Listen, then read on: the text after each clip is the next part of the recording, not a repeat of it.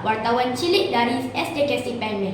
Hari ini, warga sekolah akan bersama-sama menyertai program Jom Membaca 10 Minit. Aktiviti ini dijalankan serentak di seluruh negara bagi menyemai budaya membaca dalam kalangan murid, guru dan seluruh komuniti sekolah.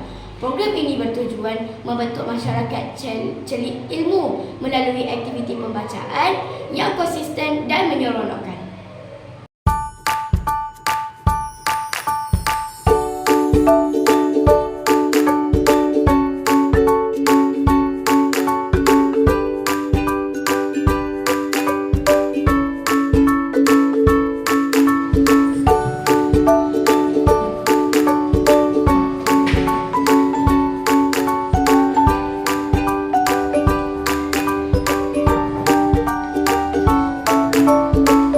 Dengan berakhirnya program Jom Membaca 10 Minit ini, jelas sekali bahawa budaya membaca masih mampu disemai dan diperkukuh dalam kalangan warga sekolah, terutamanya generasi muda.